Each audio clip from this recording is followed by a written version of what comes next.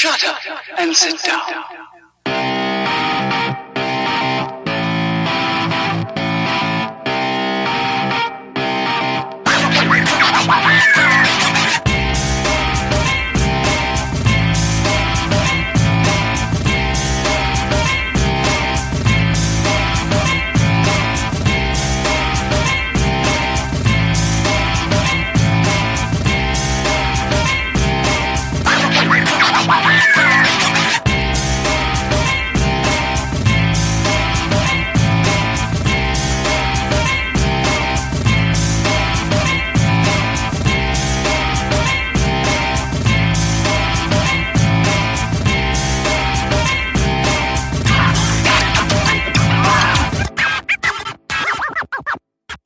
Welcome to the Literary License Podcast 2-for-1 episodes, where we look at two films and discuss the themes of the month, with your special co-host, Vicky Ray, John Wilson, and Keith Shago, coming at you from the UK and USA.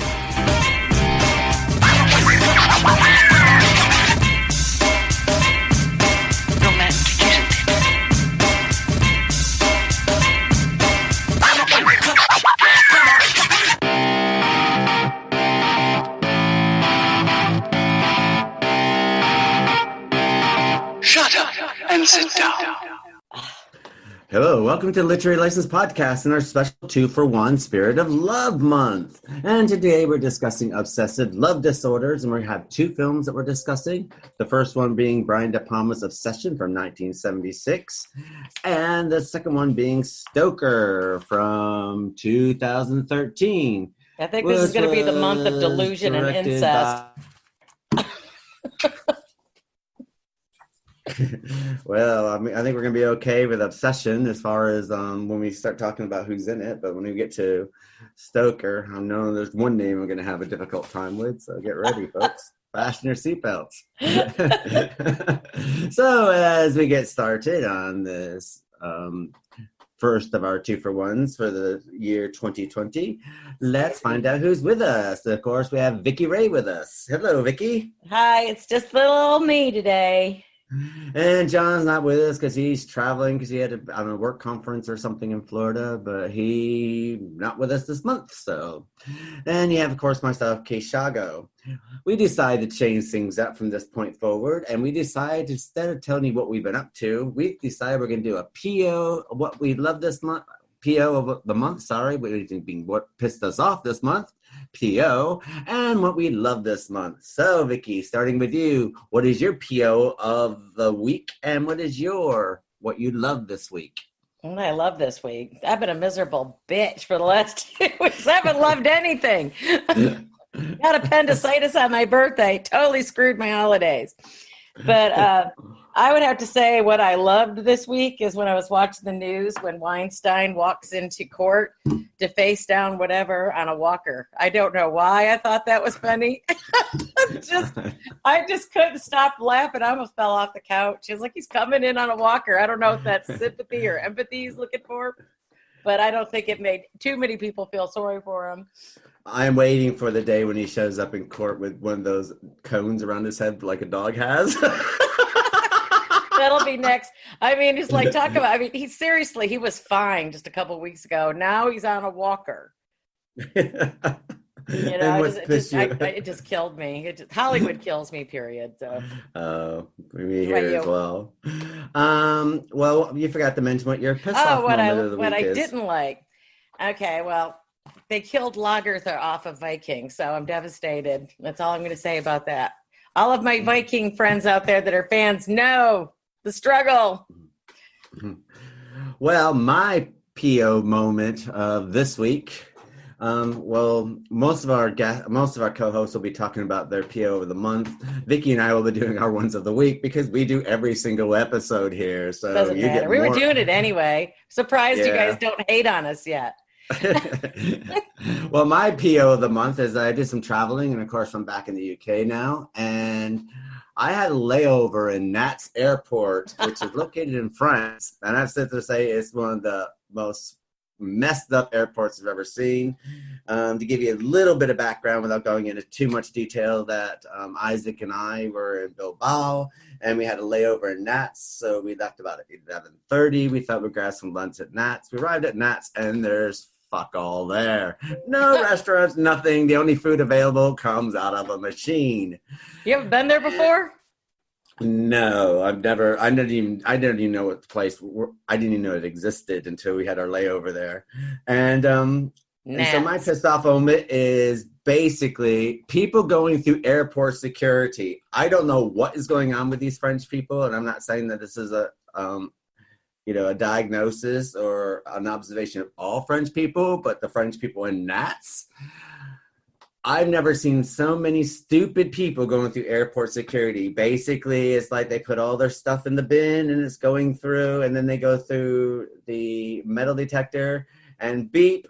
They go back out. They take their necklace off. Go through it again. Beep. Then they take their earrings off. Beep. Go back through. Take off their wristwatches. Beep. It's like all of them, not just one or two people, but all of them. So people, if you're going through airport security, basically it's like you have videos, you have posters everywhere about exactly how to get through it. Why are you fucking up everyone else's journey who's standing in these long lines behind you while you're too stupid to figure out how to do this? It's not rocket science, people. So these people piss me off for the week. Yeah, that really is unhinging though. Because you got to catch a plane. I always know. I'll put most of my jewelry. I won't even wear most of my jewelry. I wear a lot of silver, so I won't even wear it. It's going to set everything off. So Precisely. I just throw out my suitcase. I'll put it on when I get wherever I'm supposed to be. That is a pisser. I would be seething. Oh, it was. I mean, even Isaac, who is like the Anne Frank of my friends, who thinks there's good in everyone, he saw no good in these people. So, but yeah, that was probably my pissed off moment. My love of the moment actually has to come from a couple things on Netflix. Netflix is really zooming, and I saw season 2 of You, which I loved. I've not The watched Witcher. I love Witcher. I've been watching Witcher. I totally love Witcher. It's great. Oh, it's fantastic. The only bad side is that we're gonna have to wait to 2021 for the next season, but at least they're doing another one. And it's excellent. And Titans season 2 started over here on Netflix for us, and bloody loved it. So I am in hog heaven when it comes to television viewing at the moment. Television viewing's okay unless you start watching Dracula on Netflix. Don't do it, people. No. Anyone who likes that has a screw loose, and I'm sorry, but I tried so hard to get through it. I just can't do it. I got to like the 3rd episode. It's like, I can't do it. I just can't. No. Well, I think the vampire thing's slightly over to a certain Well, sort of extent. like zombies. We all know I love The Walking Dead, but it has got to the point where you can only do vampires and zombies so much, like we discussed about a year back, I think. Mm-hmm. I think spin it so much. Well, I think the future is going to be ghosts and things like that, because you have a lot more ways of opening up that kind of a world at the moment, and you don't have as many pigeonholed rules that you have to sit to. And there still needs to be a decent adaptation to Bram Stoker's I've not Dracula. seen one. I mean, the closest, not even close, but Frank Langella's version with him in it, that was okay. But there's never actually saw an actual that sticks close or coincides with Bram Stoker's Dracula. I've not seen one. The closest I can probably do would probably be the original Universal classic, only because it has the tone of the original. Right. It doesn't stick to the original, but it has that eerie tone to it, which I quite like. But yeah, so one day they'll do it. You think that, they have 3 to 4 episodes to do it in the BBC one, that they've been able to smash it, but no, they I got all excited when another co-host told me, "Oh, you got to watch Dracula on Netflix." And sorry, I just can't get into it. I tried. I've noticed people in the Dracula and the vampire fan website stuff, Comic-Con stuff, they're not really. I've hardly seen anybody take up for it yet.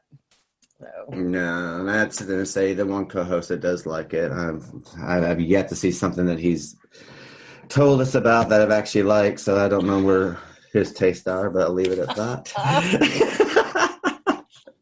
Thank God he doesn't listen to anything except for the only podcast that he does, so we'll be fine.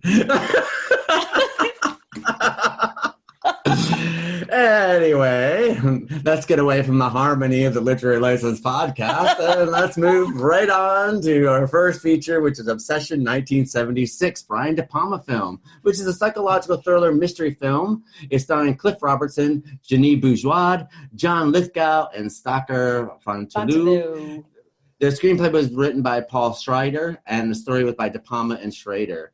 Paul Schrader, if that sounds familiar to you, he's probably best known for Taxi Driver. He wrote the script for that.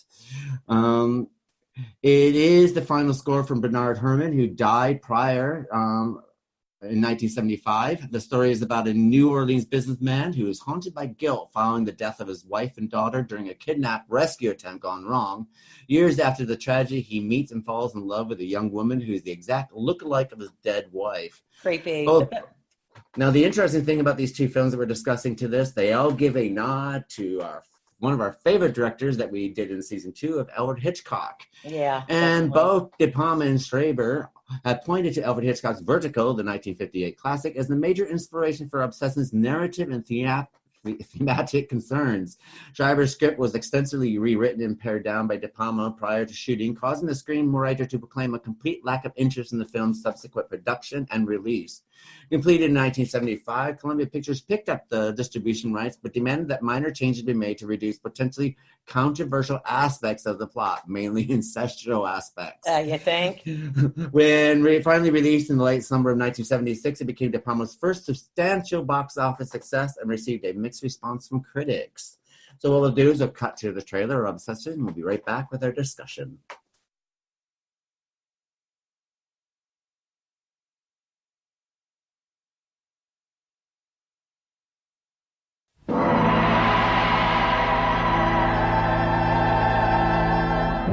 That eerie sensation that you've seen a stranger before.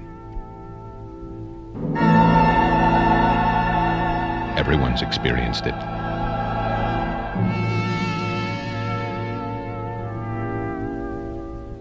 Call it déjà vu. This man calls it terror. Master filmmaker Brian DePalma now creates Obsession. Michael Cortland has denied a nightmare for 16 years. Now that nightmare will have its revenge. What was she like? Elizabeth. She was very much like you. How did she die? I killed her. Cliff Robertson. Jean-Pierre Bougeot. I am Elizabeth.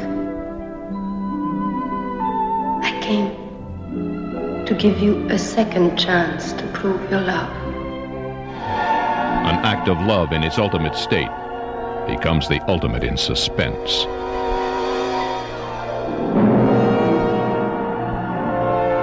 Obsession.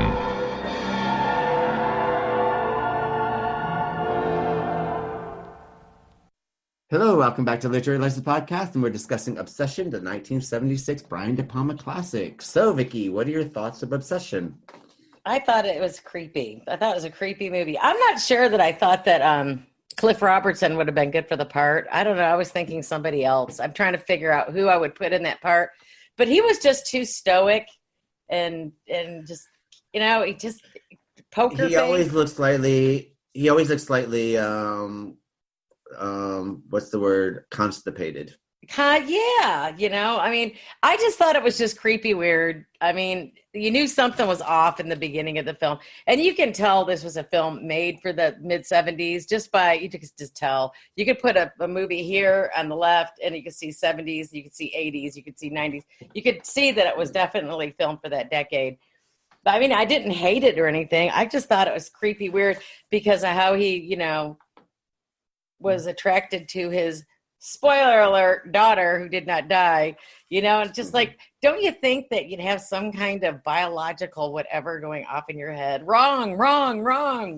Well, you know what I think it is also is that what's kind of, I mean, the reason why I love this film, I'll give you a little bit of background how I know so much about this film. I had this film on Blu-ray as well, and I'm a big Brian DePalma fan anyway. Oh, I like DePalma too. But I spent the summer at my dad's house in 78, and this was on HBO, and mad. I mean, it was playing like almost every other day on HBO, and I'd be home alone because work, and I would watch this film over and over and over again. And what I did love about it is, like, I think this is one of my first views into a film that had so many diverse, like a screwed up theme going on. Yeah. But it's the power of the music and the way that it kind of moves me. And Jenny Bourgeois, I mean, this is the first film that I saw her in. And then she did another film about pirates or something around the same time with Robert Shaw. And that was on rotation at the same time. So I had this love for Jenny Bourgeois, even though she didn't appear in a lot of stuff, but every time you see her, she's fantastic. Yeah, she is. And you know, I saw this way before Carrie or any of the other DePalma films, and you know, this is what turned me on to this. Actually, what kind of turned me on to films in general. Rewatching it now from a 2020 perspective, like, there's no way this film would fly today. Oh God, no. Because the problem basically is that, you know, you do find out at the end that this is his daughter, that is not the reincarnation of his wife. The age difference is a bit troublesome nowadays between the two, even if it wasn't his daughter. But his daughter knows that this is her dad. Yeah. That's the creepy, weird part. That's the unsettling part, because she doesn't think in the movie that he actually laid out the money to save her and her mother when they were initially kidnapped. And so she's got a vendetta against him, and she's been raised to think that, you know, her father didn't care about her. She's out to get him, yada, yada, yada. But then, you know, they infer that she starts loving her father. Okay, is she loving him as daddy dearest, or is she loving him in the fatherly, fraternal sense, you know? I mean, just at the very end where she keeps hugging him and doing daddy, dad, I'm just saying, I almost fell over. Like you said, this movie would not fly today. It would have the Me Too movement just breathing down his throat. But there are other things I love the nod to Hitchcock. Because Hitchcock, and to be honest, it's a big nod. It's a really big nod. Oh yeah, and with the big nod to Hitchcock, of course, Hitchcock, as we learned from season 2, he did do some of these bizarre relationships within, you know, these obsessive love relationships, right? And to the point that they are an obsessive love disorder. Now, people who don't understand what an obsessive love disorder is basically when someone becomes so obsessed with the person that they're loving that they try to control them. And it comes to a point where it actually consumes their life. And this film does very, very well with showing how Cliff Robertson has so much love for his family that it became so obsessive that his life stopped. Brian DePalma and his friend raised the money themselves to actually make this film. And so what we do have is, you know, then they went to Cliff Robertson and Jenny Bourgeois and John Lithgow, who was a nobody at this time. They knew him. He was friends of somebody. And that's how the film got made. And I do think that maybe if it were, you know, if Brian DePalma was already in the Hollywood system, that you probably would have had more choice of a lead actor that probably would have fit the role better. Because I think the only thing I've ever seen Cliff Robertson do besides this would be a film called Charlie, which is based on The Flowers of Algernon. You know, he plays a retarded man. He did a lot of mostly TV stuff, I believe, back in the 70s. Did he not? Yeah. And I said before, the only reason I know about Charlie is because in school we had to read Flowers of Algernon, which is basically about this retarded man. They do this operation on to make him smarter, and he becomes really, really smart.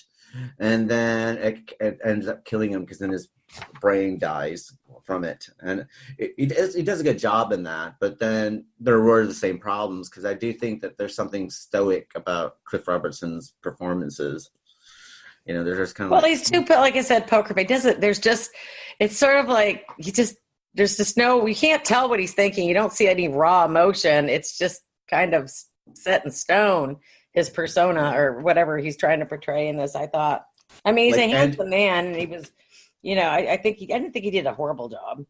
No, he didn't do a horrible job. He just kind of, I think I would like to see more of the sense of loss with the wife and the daughter when they died.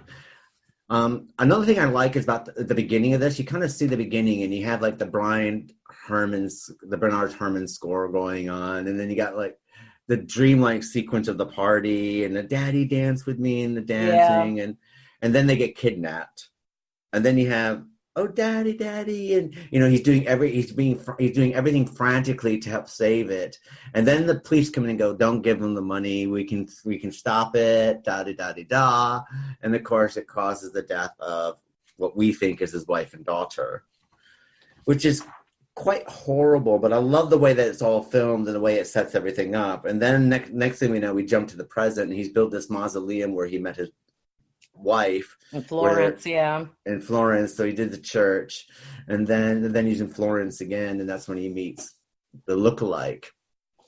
And I love the way that the film builds on this. And he sees this person that he never got over the death of his wife and daughter. So in effect, if you take the love of your life, I suppose, and they die tragically, and then you meet the mirror image or someone who looks exactly like them to the simple point where they actually have the same mannerisms and stuff, I think I would probably have those same kind of obsessive views on this person. What I would find a bit strange, I would think, is like, okay, I'm obsessed about this person because they look like this person who died that I loved so much in my life, but yet they're loving me in return. And that, I think I would always have that in the mind, because that's a bit weird that you would have that same kind of attraction with each other. Which brings you to enter John Lithgow, the total antagonist of the whole movie. I loved John Lithgow. I mean, he's so much different. He changes so much. He was so 70s in that. And then you see him and, he gets in movies like Carrie and the Hendersons, and, and he's just such a diverse actor. And I wasn't sure whether I liked him in this or not. I don't think you're supposed to like him, because there's something really sleazy about him. I know it doesn't. Why didn't his friend, see that he was sleazy? Why didn't Cortland realize that this was a sickening sleazeball asshat friend, and he just didn't see it right through it? I mean, you can always tell when you're kind of being played a little bit, little notoriety. Well, I've seen this film multiple times, and there are clues in this that does speak out the reason, that does explain their kind of friendship here. And there's one point where she writes a letter. The daughter finds a letter or the diary of the late wife. Right. And she sits there and says that she thinks that he likes making money more than he loves her. Right.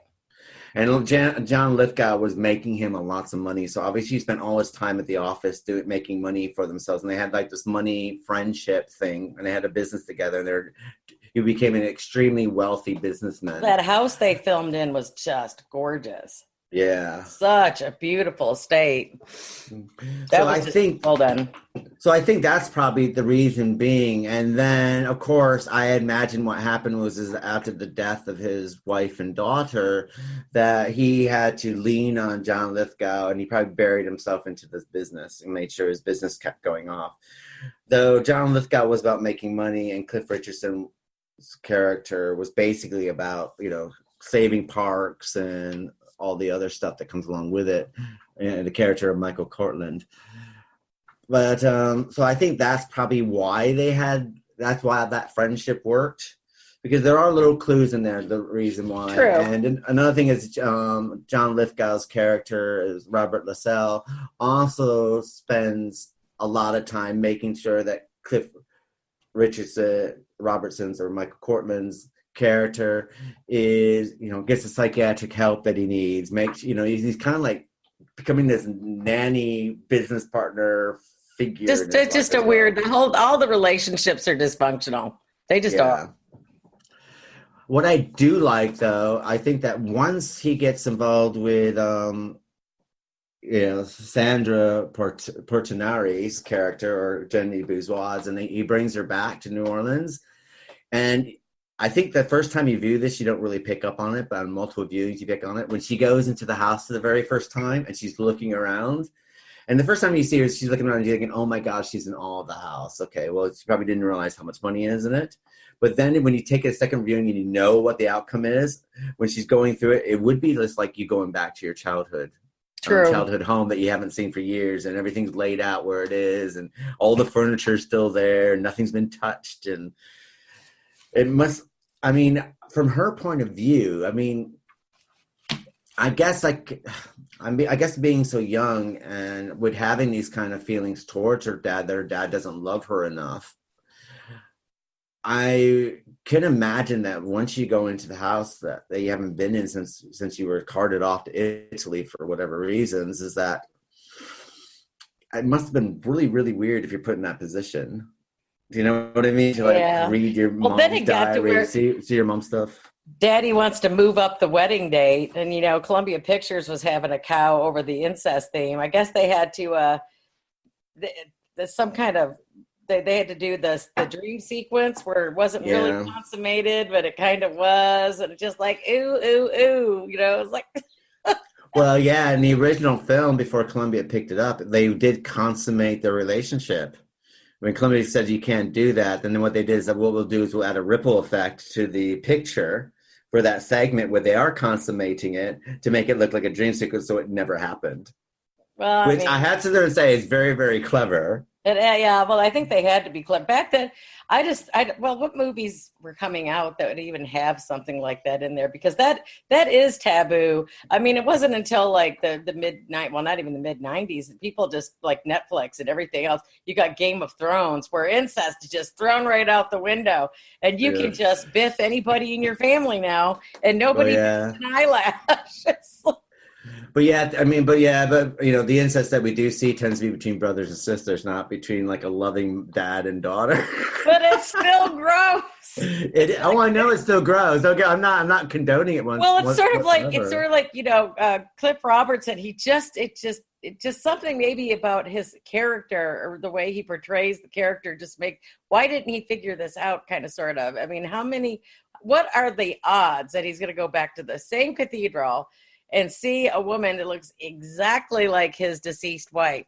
I mean, it's just uncanny. Well, there is a dark shadows aspect of it. It seems like everyone's a bit clueless what the hell's going on, even when it's slapping him in the face.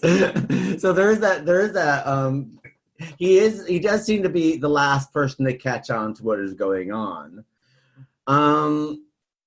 So I do agree with you. I also find that, I mean, as far as Michael's character is concerned, I mean, I can understand why he gets caught up in this and probably is not thinking about this. And I think that, we get the courting sequences and then he meets her, who's supposed to be her mother, dying, in bed. And so I think that there's enough clues there to make him think that this has no relation to his daughter, because he thinks his daughter's dead. Though there is that spitting image. But even then, he turns into James Stewart from Vertigo, and he wants to make this woman, just like, his, his exact same of what he lost. Sort of like, Barnabas Collins wanting to reinvent Josette. Like creepy, weird shit. What is it with these middle-aged men trying to like? They're all dirty old men. redo these women in a love long gone. I mean, can you imagine like getting with someone and they want to turn you into their ex? It's just like, no, I have no sorry, problem with that. But it's not gonna happen. Hard pass. I know, but. But I do look at Michael as he's innocent in all this. So I do look at him as that. So I can kind of feel for him and I can understand him to a certain extent. I do have a hard time understanding Genevieve Bourgeois, playing the part of Sandra, or AKA his daughter. Why would you push things so far? To the point where it's like, I mean, okay, if it wasn't for Columbia stepping in, they would have had sex. That means she would have pushed it. She would have pushed it past that limit as the daughter. Well, there was passionate kissing and stuff, and but would you want? I mean, the thing is, if you think about, okay, maybe, we do hear about situations where a brother and sister who've been parted at birth end up meeting, don't even know they're related, and they end up in a relationship, and they tend to get married, and they find out later that they're actually blood brother and sister or twins or whatever. And so, yeah, you can understand that they didn't grow up together, and they had no idea about each other, but she knew that this was her dad. So why would she push things so far? That was the bit. And so in a way that she has an obsessive love disorder towards her dad, which isn't healthy at all. No. And I mean, I know why she was doing it. I know that she wanted to prove that her father loved her and that he said that he loved her and da-di-da-di-da.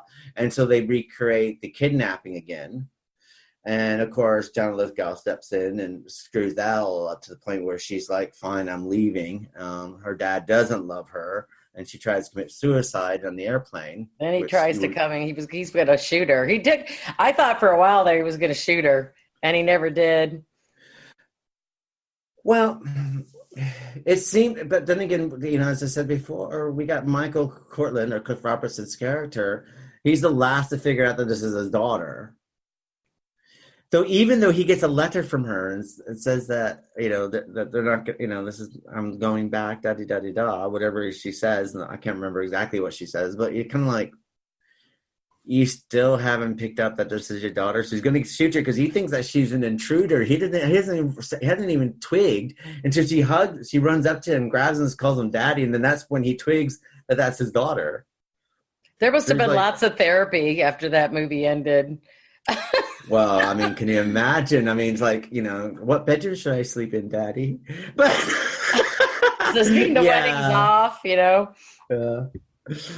I mean, I guess if you put in realistic taxes, there's a big you factor. But as a film itself, I think it's a fascinating film. You just can't stop watching. For me, I can't stop watching it. Well, it's a train wreck.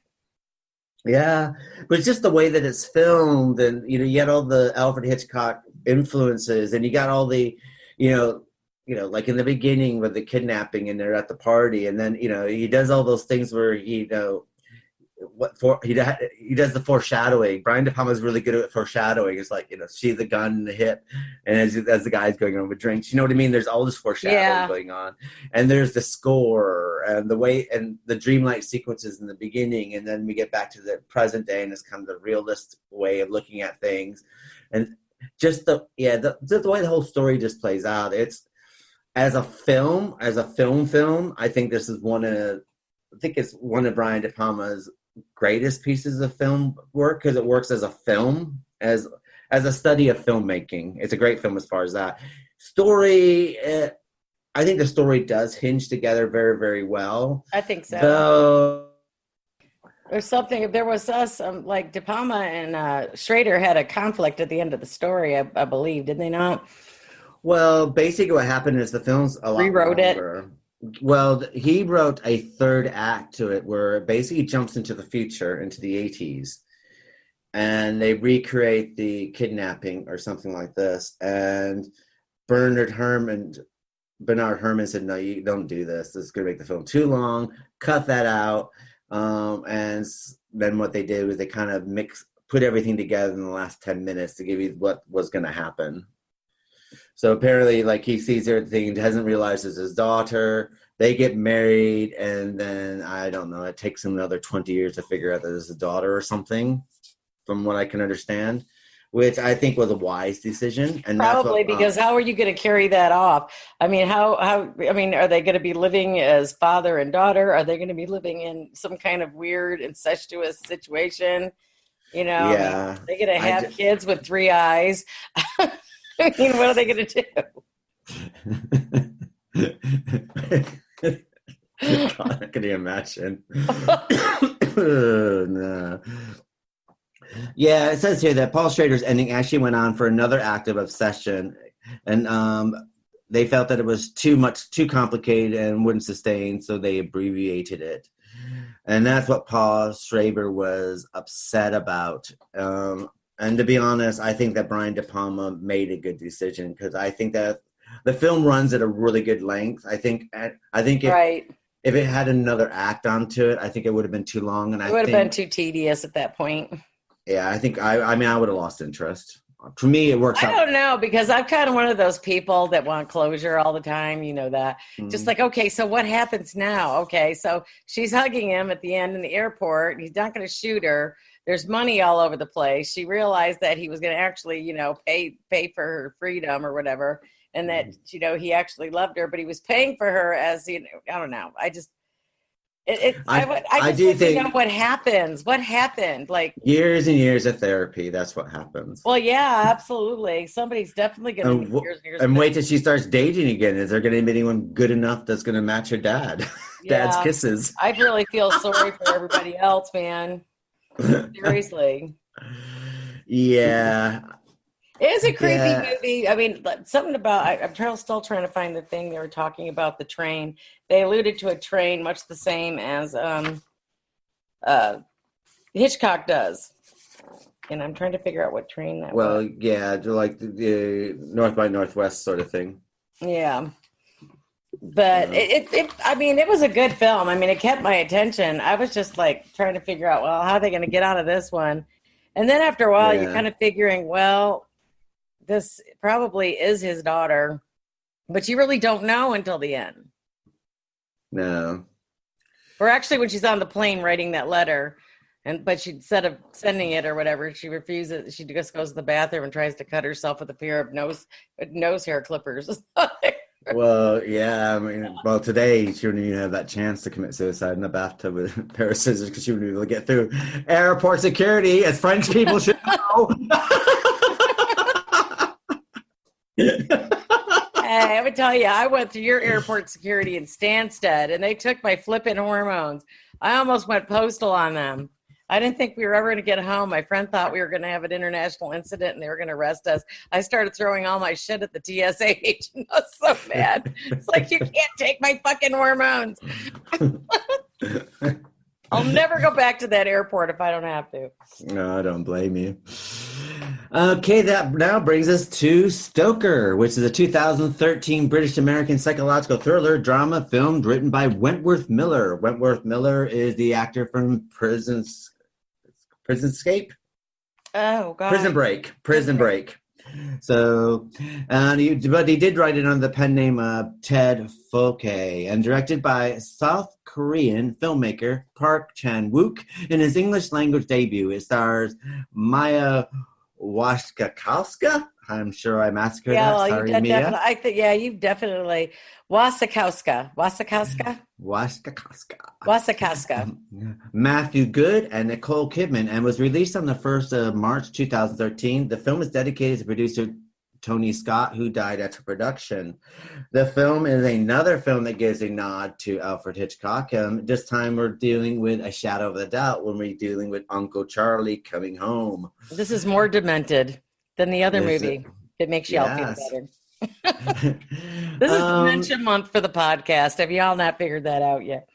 Yeah, anything dealing with obsessive love, of course, we're going to deal with some messed up people, and that's exactly what we're doing. Now, what's quite interesting in this film is that they want to do this salute to Shadow of a Doubt with the famous Alfred Hitchcock film that we did in season 2. So if you want to know more about Shadow of Doubt, make sure you listen to one of our past episodes. We also did one on Vertigo as well. But what Park wanted to do was he wanted to do something different, because he said that Alfred Hitchcock did not have a sound design in his films due to the limited sound design that was available to him. So what he wanted to do is he also wanted to give a salute to Alfred Hitchcock as far as filming goes, and the way the foreshadowing and everything that you expect from a Hitchcock film. But he also wanted to suppose that Alfred Hitchcock had the sound design that you're able to work with today, and adding an Alfred Hitchcock sound effects and stuff like this. So what you'll notice in this film is there's a lot of sound effects going on. I got it confused with the other movie. This is the one where they had the train. Yeah. Things happen near the train, yeah. And this is, so what you'll hear like a great big landscape of sound effects going along with a great big landscape of filming. Now, before we cut to the trailer, basically the film premise is basically the father has died, leaving a mother and daughter who have a strange relationship. The daughter's name is India Stoker, and played by Maya, and Evelyn, played by Nicole. And the husband slash father dies. The Uncle Charlie comes to visit, and all hell breaks loose. And all hell breaks loose as we find out that Uncle Charlie has more secrets hidden in him to actually open up the blooming flower that is India. So what we'll do is we'll cut to the commercial, not a commercial break anymore, but we're going to cut to the trailer of Stoker, and we'll be back right after this.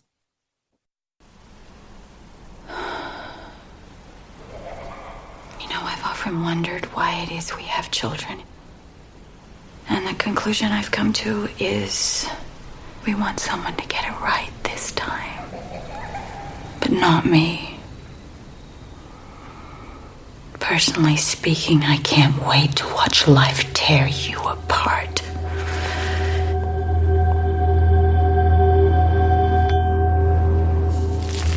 India, is something wrong? Yes.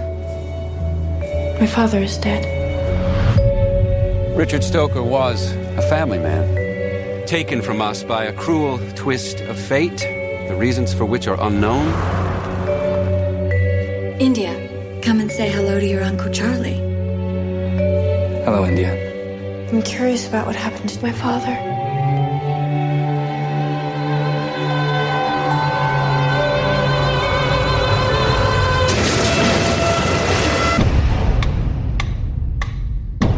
Hey, Stoker, or do you go by Stroker now? Because I hear that's what your mom's been doing to your uncle. Could we talk about you living here with Charlie like this?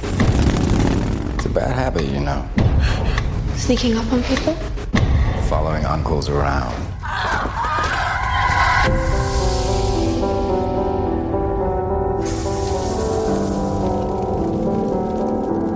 You were supposed to love me, weren't you?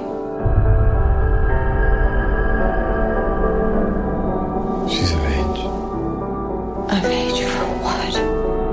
You have no idea. Too cold down there? I don't think so. People disappear all the time. Pack a small bag. What do you want from me? To be friends. We don't need to be friends. We're family.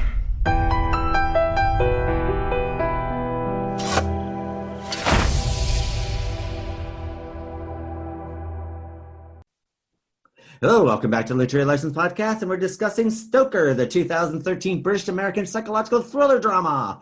So, Vicky, what are your thoughts on Stoker? Another creepy, dysfunctional family movie. I actually really like this movie.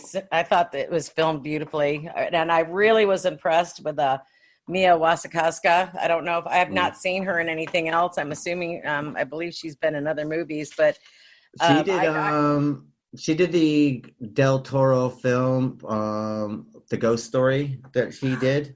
Oh, okay. That's her. She's also was Alice in Alice in Wonderland and Alice Through the Looking Glass, the Tim Burton films. Oh, wow. That's right. Her. Okay. I really, really enjoyed her in this movie. I thought you don't really know what to think. She seems like a withdrawn, almost special needs kind of person. But she really isn't that. She's really, I think that psycho probably runs in the family in this movie. I mean, it skips maybe a generation or something, but she pulls it off so wonderfully. And here I am sitting there thinking during the film, she's going to hate Uncle Charlie because Uncle Charlie's a psychopath, that murdering son of a bitch. And she's just like him, but it takes a while to figure that out. And you think she's going to hate on him, but she doesn't. And she's just all excited about the snapping of necks and the killing of people. But I thought she's a brilliant little actress, actually. I really going to seek out more stuff and pay attention closer to this one because I really enjoyed her performance in this. I thought she did a fabulous job. I kind of felt sorry, though, for Nicole Kidman. She looks like she's thrown aside like old shoe leather in this movie, and I hate to see that happen because she's like really attracted to Uncle Charlie, but Uncle Charlie's really not attracted to her. He's kind of attracted to the daughter, which is odd. Yeah, he does have an obsessive love disorder for India. And sometimes you think it's kind of weird, but but then you do have Nicole Kidman's character, Evelyn, throwing herself at Uncle Charlie. But at the same time, he just seems to be lingering off of his niece, like in a real sexual conquest kind of a way. Yeah, he's always staring at her, and he waits for her out with his fast car out in front of school, and all the schoolgirls are going, woo, look at him, And instead of jumping in the car, he follows her home with a school bus, trailing the school bus, just fucked up shit. Mm. I mean, he's just, it takes a while to get into the film to realize he's not a world traveler, and but he's writing her all these letters from the insane asylum because he murdered his little brother several years before that. And then he offs his other brother with a rock, starts beating him over the head in the car because he wants to go home. And then that one moment he goes, I want to go home with you. And he goes, no, I set you all up. Can't come near my daughter, my family. And then, then it really takes a leap from there. She ends up, she's stabbing that boy with the pencil that tries to take a pop at her, and she's not having that. And then she takes off, and Nicole Kidman and then Charlie was the Goodman's character. They're getting it on kind of sort of, and she's just, really PO'd about it. So she takes off and goes to the restaurant. So she's going to probably get some, but she teases this poor boy, and he ends up dead anyway. And she's all excited about him getting his neck snapped, clearly, because she's masturbating in the shower, thinking about Uncle Charlie snapping his neck. Fucked up. Well, I also like, I do like some of the imagery that Park uses, because the thing is that, you got her running, it opens up with the last scene, and you're not quite sure what's happening. Right. Basically. Oh, yeah, with the skirt and everything, and she's walking in the field. That was like going, what is this? Yeah. Well, the first time I saw that, I thought there was a problem with my DVD, because it's like, she says something, and all of a sudden the screen freezes, and then it starts back up again, and then it freezes, and I thought, is my DVD skipping? Yeah.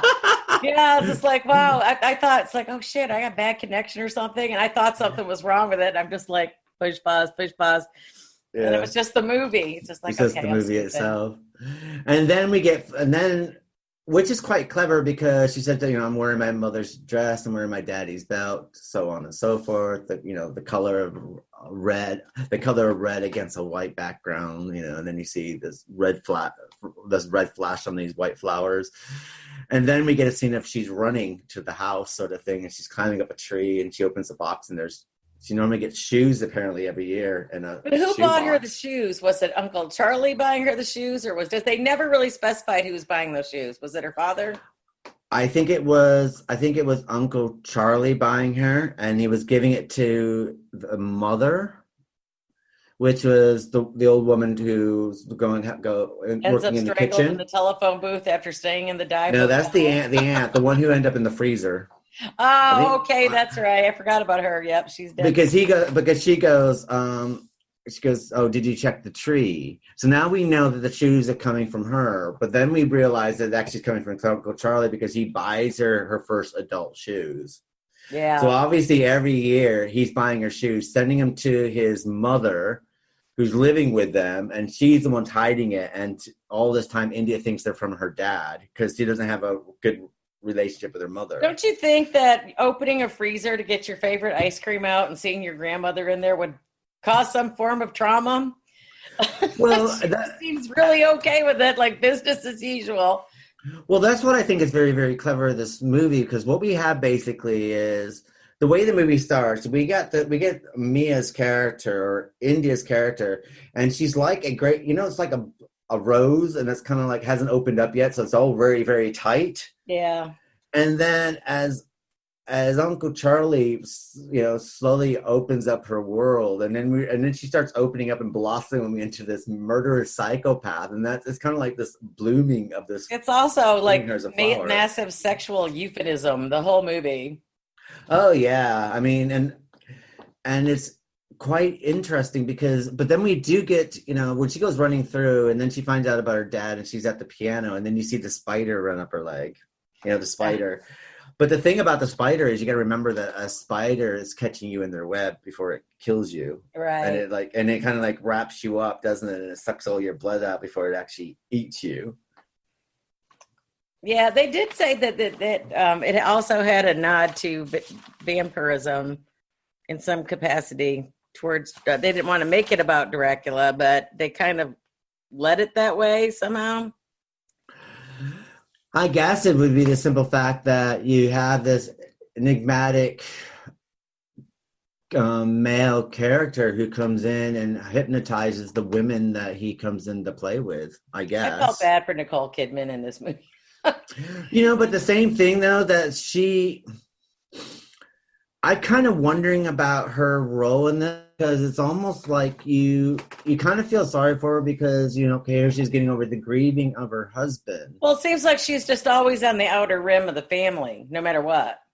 But then do you think that maybe that she also knows about, because she's very, very jealous of her daughter and husband's relationship. Well, they at one point hunting together and. Well, yeah, and she felt like she was left out, but it makes you wonder, but then again, she's not a very warm mother. To be honest, because she's maternal instinct completely.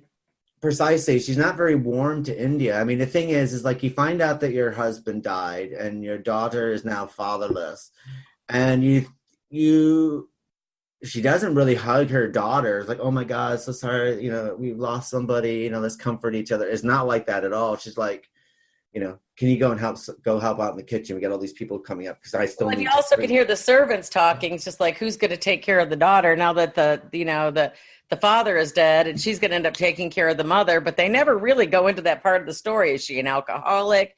Is she a depressed, manic kind of person? I mean, I think she's like a trophy wife. I think she's a trophy wife. I think she just spends her time shopping and spending the money because obviously the family have money. Right. I'm assuming the family have money. Another beautiful estate where it was filmed. Yeah. And they have servants and everything like that's going on. And, and obviously the servants that they have working there know enough about their family's history to be able to comment the way that they do. I mean, they seem to know more than what's going on in the family than the family themselves. Servants are always the nastiest of people in all these movies. It's like they know all the beef and all the skinny on everybody in the house, and they don't pull any punches because these people pay their check, and their wages, but they're just ornery little shits. Well, they to be never have honest, anything to say about the woman of the house. If you go to Downtown Abbey, I wouldn't want to stay in one of the bedrooms. Stay in one of the servants' quarters. That's where you find out all the dirt. No kidding. So, but I mean, yeah, so you're never quite sure why Evelyn's so fragile. But it's like, but every glance and every gesture she gives, it's just like this fragile creature. And there's no strength to her at all. And she's always someone who plays the victim no matter what. She's always the victim in this, her character. Did you notice when he would cook for the women, like, did the housekeeper disappear too? Well, there was nobody there to cook, and then all of a sudden she was gone. I don't know if I didn't pay enough attention. She disappeared because they said she also went away. And I'm just wondering if she was in a freezer somewhere as well, because he started cooking, but that just made me remember that part. But he would always not eat, but she would eat. India would always be cleaning her plate, and he would just sit there with that big slab of raw meat on his plate, like a prime rib or whatever. And I mean, and obviously Nicole Kidman can't cook. She's obviously not good for much. No, I mean, she can't clean, she can't cook. Don't drink, don't smoke. What do you do? No, I'm kidding. Goody two shoes. And she doesn't, another thing that you have to find a bit weird is that her husband just died. She's supposed to be distraught, mourning and distraught, and Uncle Charlie comes, and the first thing she does is throw herself at him, like she's throwing herself at him at the funeral. Kind of, sort of, yeah. And he's just standing up there like, some kind of weird obelisk or something, just staring down onto the funeral, when he's standing up on the hill or whatever he was on. And just like, oh, well, who's this guy? And he's all dashing. He's kind of cute. I mean, he's a handsome man, no doubt. I do like the aesthetic they gave it. They kind of gave it like this late 50s, early 60s aesthetic. The way they're dressed and the clothing and all that sort of stuff. Where people actually have class, yeah. What a concept in today's day and age. Class, oh my God. We just yearn for it. But then the people with class are probably more fucked up than the people without class, sort of thing. Yeah. But I do like. There's so much I do like about this film, and it's kind of one of those films that it's kind. If you know anything about Park Chan-wook, he did Old Boy. That's one of his films. He was very big in South Korean cinema. There's a lot of Korean cinema that's actually very well done. And I don't think a lot of people realize how brilliant some of these people are that actually come out of Korea, that they really got a knack for it. Then again, I'm always looking for something to look beyond Hollywood. These independent filmmakers and stuff, it's just so refreshing to see something else as opposed to typical, stereotypical Hollywood movies that have kind of burned out like a shooting star at this point. Well, he does I think what you get with South Korean is that they do like this slow burn with this great big explosive meaning finale, at the end of it. And that's what I quite like. And that's why I think this works really, really well, because you're kind of watching it and you're thinking, okay, Uncle Charlie. But then you do get the switch of India, and you actually figure out that India's got a lot more going on in her head than you think she does. Yeah, especially with that deer rifle. Well, I mean, she's fantastic with that. Oh, I know. I was wondering, though, when she kills the cop at the end of the film, of course, that's a spoiler. But, I mean, did she not take out the dash cam? Because, it's got her right there stabbing him and chased him down with the deer rifle. Well, I was kind of wondering that as well. And I was wondering because this film came out in, what did we say? But then again, we're looking at an aesthetic that seems to be not of this time period. So maybe there's not I'm assuming that's appropriate. Excuse me. Thank you. And I'm assuming that maybe we're working in an area where we're not really that technically advanced for some reason. Does any of them have a mobile phone? Yeah. Well, though they had mobile phones, but they were the old flip phone kind of thingies. Yeah. So I'm assuming that there is no dashboard cam on the police thing. I mean, she's just cold. I mean, I didn't expect that. I thought that she was going to be freaked out about Uncle Charlie being a murderer and sadistic and whatnot, but she really gets off on it, literally. And I was trying to figure out, okay, well, she just is going to take off and go with him.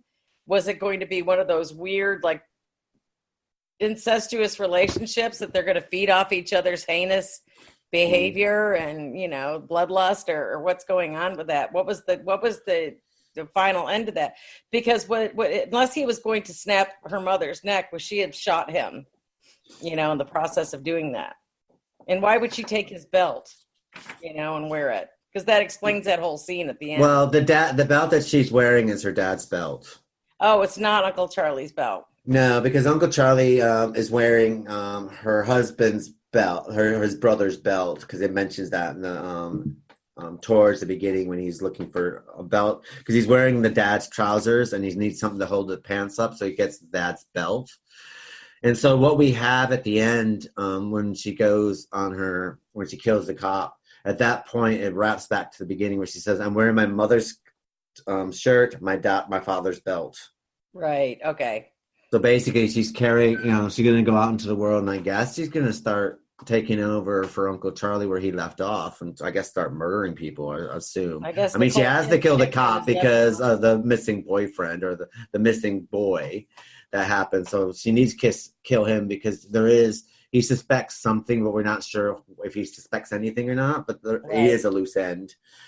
So just in case, and then, and then I guess she'll take off, and I guess she'll carry on with the family work of murdering, I suppose. But at the same time, she's carrying bits of her parents with her, like keepsakes. Nicole Kidman, I guess she's just left out in the cold. There's no closure with her. She just wakes up and the door she's going to stop. See where the body had been dragged down the hall. So I'm assuming Uncle Charlie was buried out in the garden with the rest of the victims.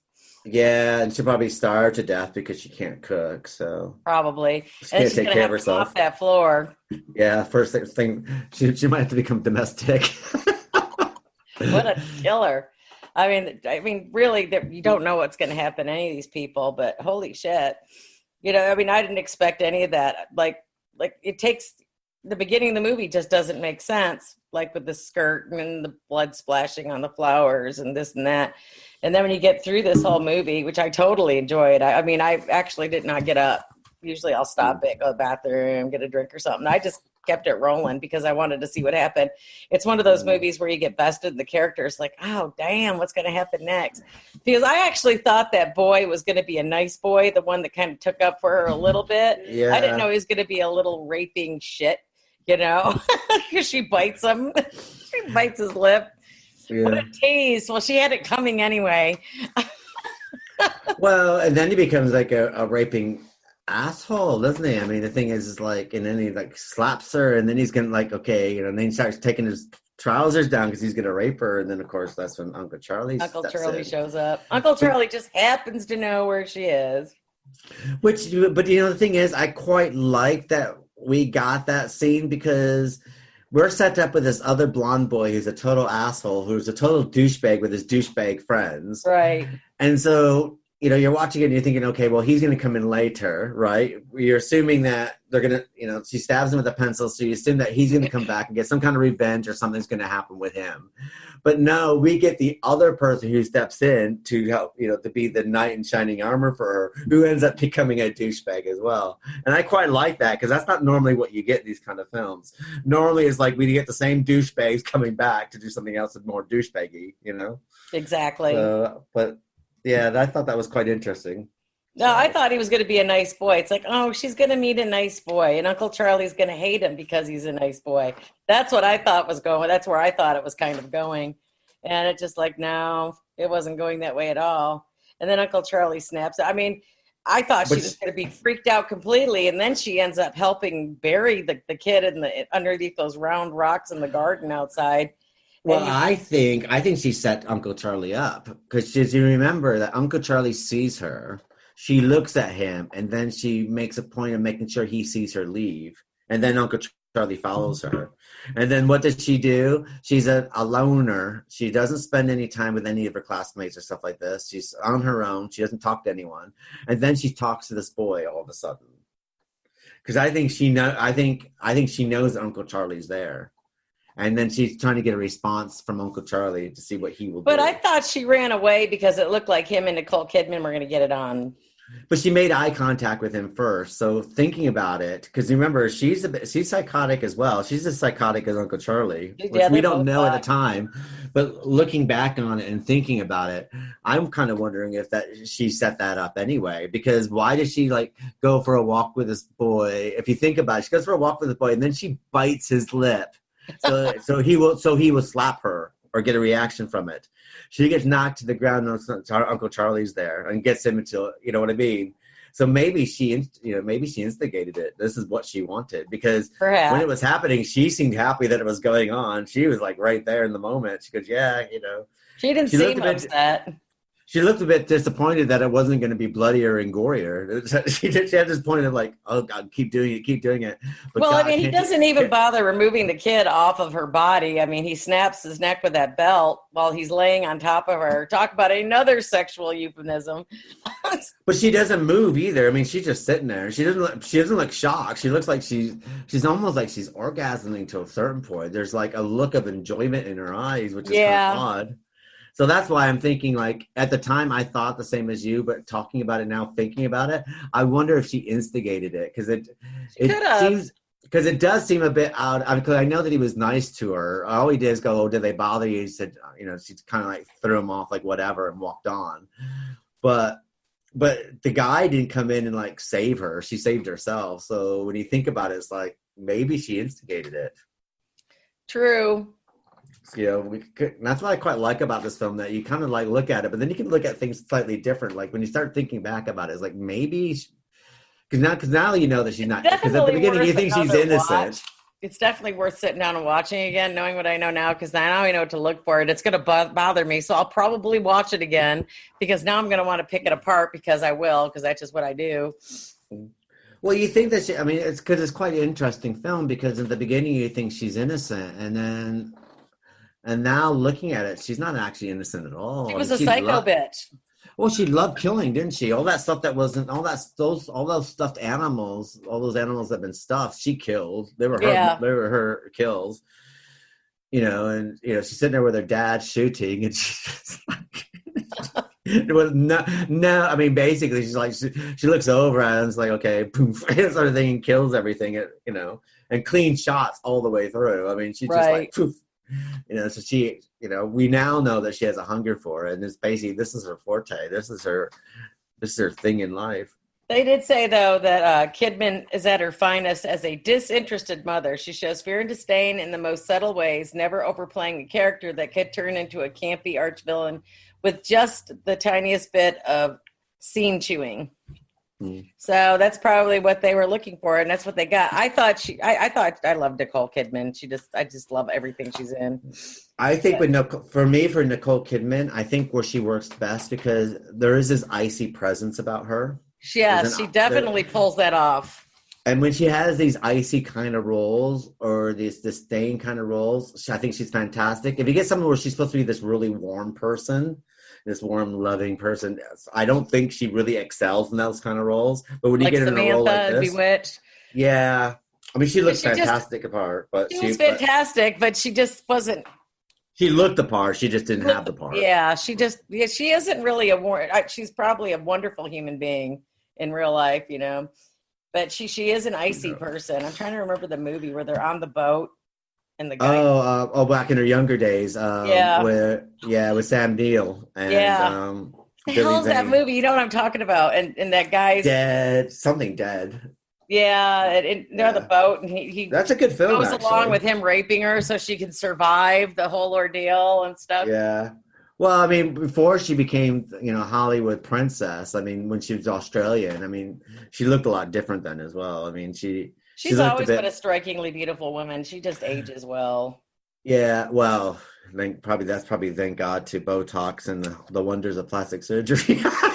Hey, get off the Botox, man. If I could afford it, I would do that shit. Yeah. I told my daughters, what do you want for my belated birthday present? Because I couldn't do I told her I want 6 to 20 units. But I mean, I have to agree with you. Nah, just in a couple more years, you'll use formaldehyde. Formaldehyde, I know. They have Botox parties here in Dallas all the time. Women all get together and they inject each other. Yeah, and sometimes they inject themselves with not what they think they're injecting themselves. Yeah, that's the scary part. You just don't know what you're getting these days in any capacity. But and again, I'm mad at the medical community right now. Totally understand that one. But I can but with Nicole Kidman, I have to agree with you. I do think she excels in these kind of icy, artistic-y kind of movies more than sometimes the Hollywood movies that she'll do, like the big budgety ones. Even in Days of Thunder, where she's playing opposite Tom Cruise and she's the doctor that tries to treat him, you know, because he's had, you know, how they do their Ricky Bobby and freaking out on the racetrack after they've, you know, crashed and he just can't get going again. I mean, she really is an ice princess when you think about it. I think that's what part of her charm is, though. Yeah, but even when she does that TV series with Reese Witherspoon and Laura Dern, and it's her Big Little Lies. Yeah, she's fantastic in that. But then again, she is another icy kind of housewife and mother. So she's just got that facade with that her hair and the opaque ivory skin and the blue. She's just a striking woman, though. But I mean, she does pull that off well. But then again, in Practical Magic, I love that movie. That's like one of my favorite movies. She was fantastic in Practical Magic. She's very good. Yeah. I have to say that everyone in this film is very, very good, though. I even like Matthew Good. I'm not too familiar with his work. No, I'm trying to remember what he played. I've seen him in other stuff. He's got, you know, he reminded me of the boy what's his name? He plays the Good Doctor, and he plays he also was in Norman Bates. Bates Hotel. He's just got that dreamy, faraway look kind of thing going on, where he's not there, he's not almost there, but he is. It's just like the lights are on, but nobody's home kind of thing. Yeah, though this one's the better looking version of it, because the other guy looks autistic. I like the other guy's fantastic. That young kid that does the Good Doctor. He's an amazing actor.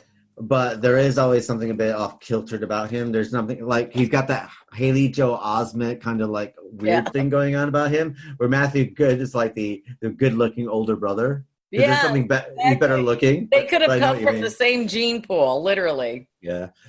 Though he had really, really smooth hands. Did you see him when he's playing piano? When he's like, when he showed his hands, he's got really smooth hands, like no veins or anything. It's just like he's got like baby hands, kind of stuff. Yeah, haven't ever done any hard work probably a day in his life. He probably had a well manicured whatever for that. For all you know, they insinuated a hand model for that. You just never know. That was actually part of what I did like. It was that like dance they did when they were doing the duet on the piano. Yeah. That was a really cool sequence. And then he reaches over her and starts playing there, and she's kind of like getting off on it. It's like, okay. She's like orgasming. Charlie. But then again, I mean, I guess we probably could have called this month Incest Month because we know that's what I was trying to say. Dysfunctional Incest Month. Yeah, I mean, I get. But it does fit into the obsessive love disorder, which I think is quite interesting because we did Tomb of Lygia, which came out last week, even though we did it about 4 weeks ago. And then we had this, and I quite like that. And then next week, of course, we're doing Possession, which deals with that's a really messed up film. So you're going to enjoy that one. Which one is that? Possession that we're doing for our European horror episode. I love European horror. That's the one good thing about doing these podcasts. I mean, for our listeners, I actually watch stuff that I would have never probably watched and read. And that's what's so fun about it, because you see and experience different things you didn't really know was out there. And the European horror, I just thoroughly enjoy. Just totally love it. And it's grosser than regular American horror. They're just much sicker fucks than we are. Precisely.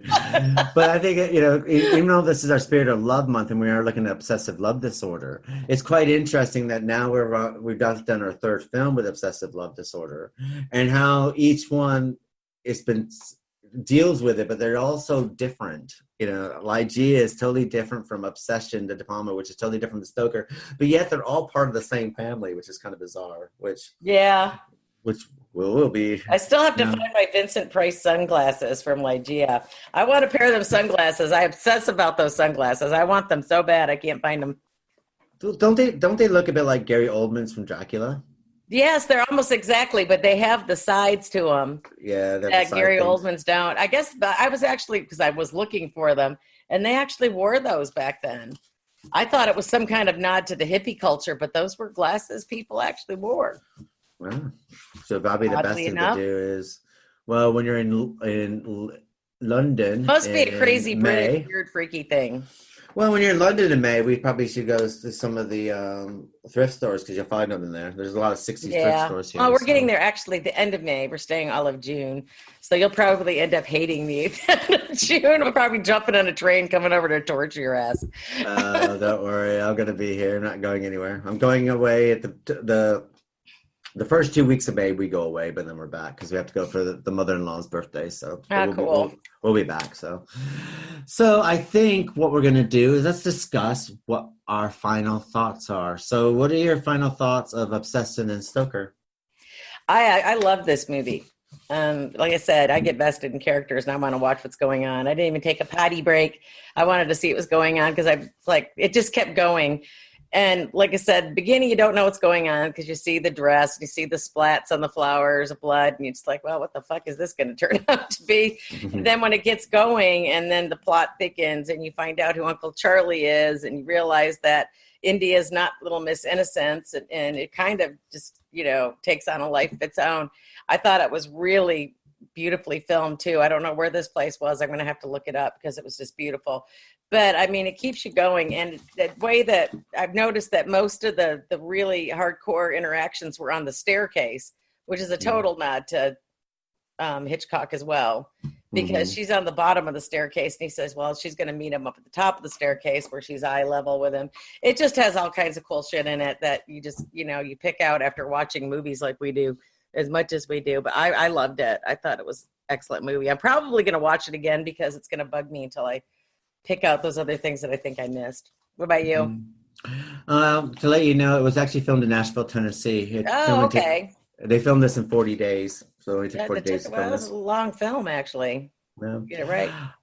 Obsession. I love Obsession. I think I always will because it does hold it's my first film that actually opened me up to love films. one that I actually liked was Obsession too. It was good. it opened up me for to be able to on repeat viewings. As I said before, I think I probably saw it like 50 or 60 like times. So many movies, summer. does it translate well into 2020?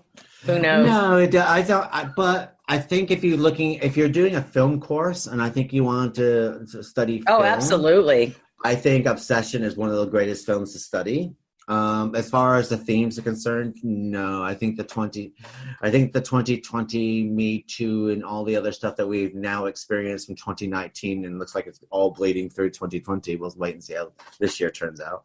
But I think that, I think there are going to be problems with the story that people are going to be really, really upset, and there's probably going to be one that the far left will probably try to ban later on, probably this year. I'm surprised they didn't try to ban things like Dark Shadows with the creepy, dirty old man that was Barnabas in the beginning, too. I mean, all that stuff, all these young, beautiful women, and you got these older men. You know, that's exactly what people get upset about now. It's not even so much like the Game of Thrones incest between brother and sister. You know, it's... Well, I mean, the thing is, they can't get too upset, because let's face it, whenever you see Clint Eastwood in a film, or Robert De Niro, or Al Pacino in a film, their wives are always 30 years younger than they are, so... Yeah. You know what I mean? So... Well, I think that's what people find attractive. You got the older, dashing, debonair guy, and you got the young maiden, so... Yeah, well... That's how they follow... That's their formula here for news. You got a beautiful woman news anchor, and you got the old guy that tag teams with her on the news. It's a formula, especially here in Dallas. It keeps the Anna Nicole Smith phenomena alive. As far as Stoker is concerned, I love Stoker. It's one of those films that I saw at the movie theaters because the critics loved it, and there's very few movies they actually love. I do think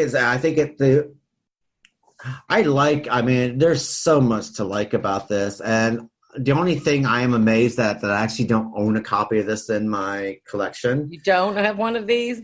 No, and I'm quite surprised because when I went to movie theaters, I really, really liked it a lot, and it really stuck with me so much to it that when I was putting the season together and we had to do The Spirit of Love, and I thought Obsession would work really good with Stoker because there's some similar themes that go on, but we have a 70s take on it, and then we have a 2013 take on it, and the only regret I have is that I think Obsession and Stoker probably would have fitted better into season 2 when we're doing the Alfred Hitchcocks. I know. I didn't talk about after the fact. Yeah. Yeah. So, after the fact, but I do think it works very well with our obsessive love disorder or our Spirit of Love. Well, it was definitely, they're both obsessive love disorder movies. I mean, it's totally dysfunctional. You people will love it. Make sure you watch them. So, but I do. But Stoker, I think, is brilliant. And it's like for me with Obsession, I can watch it over and over again, and every time I watch it, I notice something else. Something comes in, and something makes more sense, That's the sad part. It's just like when you first watch it and you're totally engrossed in it, it's like, why didn't I catch this before? And you find yourself having to go back and rewatch because it does not until you figure out, well, what did I miss? I missed something. What the hell was it? So it's a dance. That's what I like about Stoker. It's a big dance. It's like a big dance performance. It's kind of like, the camera is dancing around the character. The sound design is fantastic because if you notice, it's like when she's chewing it, or with the egg when she's like pouring. I mean, and the sound design is just fantastic, but it all means something, and it's like this great big, sonnets that's going on in this film, visually and audioly, and I love Stoker. But then again, I think it also ties into both these films because I love Alfred Hitchcock films so much that this ties into all that as well. Well, a lot of people studied him so aggressively that they used his themes in a lot of movies even today. So. Yeah, so there you are. You froze up on me, damn it. Yeah, it seems we're having wacky weather here in Dallas. We had tornadoes last night. We're having sleet today.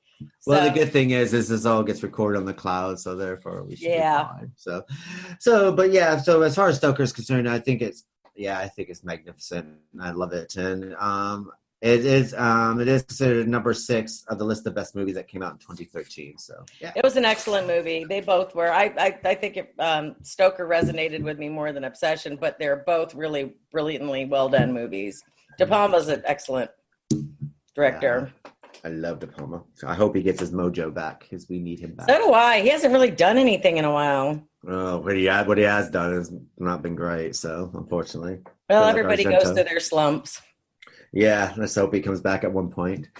So that brings us to the end of our 2-for-1 Obsessive Love Disorder, The Spirit of Love episode. Make sure you join us next week with our European horror episode, which we're going to be doing Possession.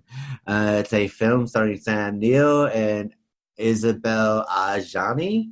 And if you think obsessive love can't get any more twisted and messed up, well, wait till you see Possession that we'll be discussing next week with our co-hosts, Vicky, of course, myself, and Will Millar. You can also make sure if you listen to us, make sure you can follow us on our social media, which includes Facebook, Twitter, Pinterest, which if you want to see some very interesting pictures from most of the films and television series that we've been covering, you'll find some very interesting things on our Pinterest page. And of course, you can follow us on Tumblr, which we have our book reviews, and we also do share some of our podcast episodes are all shared on there, and it's kind of a blogging site for us. If you have been watching Don't Fuck with Cats on Netflix, you might find interesting our book review based on what that series is based on. Apparently, we're getting a lot of likes and shares from the book review that we did over a year and a half ago on that. So, yeah. You can also follow us on, Twitter, like I said, and we're also on Instagram as well. And you can just look up Literary License Podcast. And we're on them all. If you can think of a platform we haven't covered, do let us know. And of course, if you're listening to us on your favorite platform at the moment, you can also listen to us on various other platforms, Cashbox Radio, iHeartRadio, TuneIn Radio, and of course, we're located on Podbean, SoundCloud, iTunes, Spotify, YouTube, and Google Play. If there is something on there that you think there's a platform that we have missed and you would like to make sure of it, you can also reach us at info@llpodcast.com. We also suggest that you join on to our website, which is www.llpodcast, and sign on to our newsletter. And of course, starting in about March, April time, we'll be starting some competitions where you can win some very fun and groovy things. Though I promise we will not be giving away our LL Podcast stockings. Yeah, you can also look onto our leggings. I'm going to buy a pair of those. I think they're the most, to say the least. Yeah. And make sure you can also buy our shower curtains. We also have a I'm going to get one of those. We have up now at www.teespring.com /literary license podcast. And our store, you can buy t-shirts, sweatshirts, pillows, flags, you name it, we have it on there. We even have socks. Yay. We do got some new merchandise will be coming out at the end of season 3, but of course, if you join on to our newsletter, you'll have more information about that. And to make sure you do get involved, because only our subscribers to our llpodcast.com newsletter will be being able to win some free stuff, which will include some excellent little dolls, t-shirts, and the like. So this is good night from me and good night from Vicky. Say good night, Vicky. Good night, everybody. And we'll see you New next Year week again.